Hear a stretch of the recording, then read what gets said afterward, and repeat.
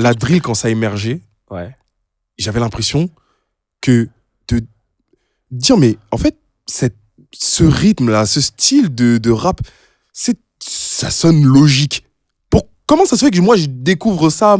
Enfin, je sais pas comment expliquer. Genre, en gros, j'ai découvert ça quand? La drill, il y a 2 ans avec les Pop Smoke, tout ça. Pop Smoke, littéralement, je le jure, j'écoutais un de ses projets sans le savoir que c'était lui. Il était inconnu au bataillon. Ok. Et quand du coup il y a Dior, Christian Dior, tout ça qui est sorti et tout, je dis, mais ce mec-là, j'ai déjà écouté. Il était dans ma playlist, Apple Music, tout ça et tout. J'étais sur Apple Music à l'ancienne et tout.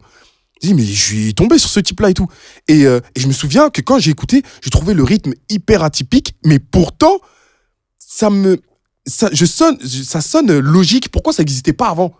Genre, parce que tu vois, genre, c'est maintenant qu'on découvre ce que c'est que la UK drill, tout ça et tout. Non, mais à l'époque, les gens n'étaient pas au courant. voilà. Et maintenant, tout le monde populaire. se le mange et tout. Tu sais, maintenant, les sons, il y a des rythmes trap qui sonnent vieillots. La drill, ça sonne très actuel. Et pourtant, tu sais, j'ai déjà entendu un rappeur poser sur un rythme comme ça. Non, tu vois, je sais pas comment expliquer. Et du coup, il y a eu tous ces trucs, ces rappeurs Ziak, Menace Santana et tout. Je dis, mais c'est qui ces mecs? Ils sortent d'où? Ils viennent tous masqués et tout. C'est quoi ce bordel? Je trouve ça trop frais. Même Freeze ici est mis, des masques et tout. Non. Donc, j'ai trouvé cette terre-là. Bon, je pense que petit à petit, maintenant, on va sortir de ça. Mais pendant un moment, 2020, 2021, oh, la drill, c'était un délire. Ouais, mais moi, j'ai trouvé ça cool. En fait, quand Pop Smoke est arrivé, on va revenir sur toi et tes personnages, hein, mais du coup, tu m'as lancé sur le sujet de la drill. En fait, j'ai trouvé ça super cool parce que ça montre la capacité au hip-hop à toujours se renouveler, tu vois. Ouais. Parce qu'au début, c'était Mais très... pour moi, c'était impossible. Pour moi, après la trappe, il n'y a plus rien. ouais. C'est ce qu'on se disait aussi en 2005 quand Et c'est ça. il y avait le Dirty South et tout, tu vois. Mais en fait, C'est ça un va continuer délire. à se renouveler Ça à va chaque fois, continuer, et... ils vont sortir des trucs. Là, j'ai vu un truc, la Jersey. Ah, DMV, là, les trucs comme ça. Non, ouais, la Jersey. Ouais, eh ben ça sonne un peu vers la DMV. C'est ça. Ok, Jersey. C'est un délire. Non, mais t'as toujours tout un tas de trucs qui se refont, tu vois. Mais quand ça arrivait, quand Pop Smoke est arrivé, je me suis dit, il y a un nouveau vent frais. Et je me rappelle, j'avais un ami qui travaille dans la musique, qui est de New York, qui était venu en France et j'étais avec lui. Et il me disait, là, vous avez Pop Smoke. Mais en fait, si tu vas à Brooklyn, en particulier dans le coin de Pop Smoke, c'est vraiment, il y a des 10 rappeurs au mètre carré qui font de la drill, et c'est vraiment le délire de Brooklyn. Et il m'expliquait que ça allait exploser, etc., que c'était en train d'arriver. C'est fou. Et c'est après qu'on a vu Fabio arriver, et ensuite ça s'est démocratisé. Et en fait, là-bas, aux États-Unis, ce que j'ai remarqué, c'est qu'ils vont être très forts à créer des nouveaux trucs. Et ça va marcher un petit peu, mais si ça reste trop niché, eh ben, ils vont vite s'en débarrasser. Oui. Ils ont tendance à... Et ce qui marche Ils jettent vraiment... un peu, ils jettent. Mais ils sont comme ça dans tout. Ouais, parce que dans tout. Quand tu regardes le cloud rap, moi, j'ai vu la scène arriver. C'était encore à l'époque où j'étais un vrai scouter. J'avais 21 ans, je regardais tout ce qui sortait, etc. J'avais vu l'arrivée de Clams Casino, Lil B, The Bass God, Main Attraction, et ensuite A$AP Rocky. Donc, je voyais bien que dans ce que je cherchais, il y avait A$AP Rocky qui s'y intéressait. Enfin, il y avait une scène là, tu vois. Et ça a explosé un peu avec Lil B, A$AP Rocky, Cloud Rap, nanana. Et en fait, il s'en est vite débarrassé parce que c'est trop niché. Et il allait sur quelque chose de plus commun, entre guillemets. Enfin, commun. En vrai, il a fait des choses différentes, mais c'était plus le cloud rap. Et en fait, ils s'en sont débarrassés. Et en France, t'as PNL qui a récupéré le truc et qui en a fait quelque chose de frais. Ils se sont appropriés. Ils se sont appropriés le truc. Ils ont ajouté leur touche et ils en ont fait quelque chose d'incroyable, tu vois. Mais ils se débarrassent vite de ça. T'as eu ça.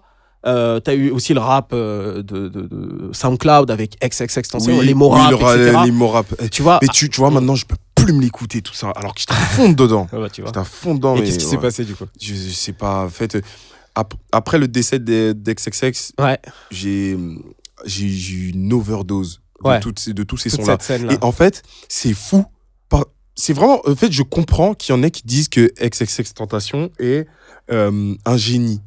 Parce que il a débarqué sur la scène avec ce genre-là, et petit à petit, très tôt, il a commencé à se défaire de ça pour commencer à faire de la musique un peu plus accessible, plus pop.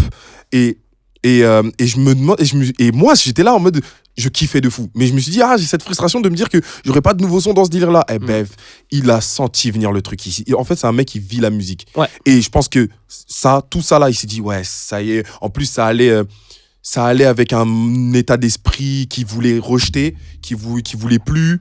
Il était dans la positivité et tout ça, donc il voulait tester d'autres choses. Et tu vois, tous ses potes qui sont restés dans ça, les ski masks, tu vois, le seul qui est sorti de ça et tout, qui a créé un nouveau délire, tout ça, Trippie Redd, pour moi. Ouais.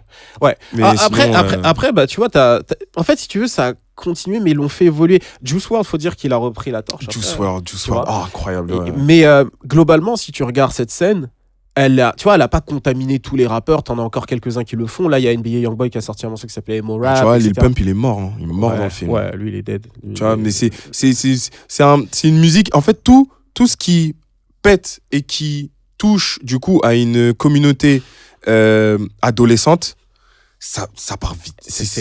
T'as totalement raison. Ils changent de goût tout le temps et ils grandissent vite, donc ça part trop vite. C'est pour ça, en fait, que j'ai entendu dire ça. Enfin, c'est un ami qui travaille qui me racontait ça, et j'ai constaté que c'était vrai. Quand tu fais du contenu et que tu vises un public adolescent, c'est très compliqué de se renouveler. Trop éphémère. C'est trop éphémère parce que d'une année à l'autre, l'adolescent change très vite. C'est pour ça que tu as des radios qui ciblent très peu finalement les ados. Tu vois, parce que c'est trop compliqué. Le mec, d'une année à l'autre, il pense à autre chose, il voit autre chose, c'est galère. Et je pense que, tu vois, on l'a vu en venant, toi, tu as un public jeune, très jeune. Et je pense que tu as conscience que ton audience, elle peut vite changer.